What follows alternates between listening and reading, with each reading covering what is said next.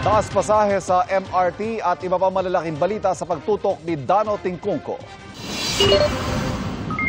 Sa pagpasok ng 2024, asahan na ng mga pasahero ang pagtaas sa pasahe sa MRT3. Mula 13 pesos, 16 pesos na ang minimum fare. 34 pesos naman ang end-to-end fare o yung North Avenue to Taft Avenue. Inaasahang sa Enero yan ipatutupad. Tinatapat lang po natin yung pangangailangan ng maintenance, yung pangangailangan ng operations, doon po sa pasahing ibinabayad ng ating mga pasahero.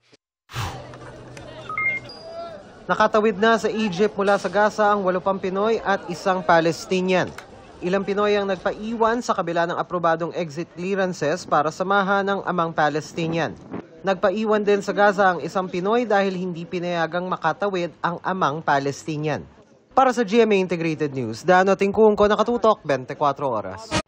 Mga kapuso, patuloy na tumutok sa mga balita. Mag-subscribe sa GMA Integrated News sa YouTube. Sa mga kapuso abroad, samahan nyo kami sa GMA Pinoy TV at sa www.gmanews.tv.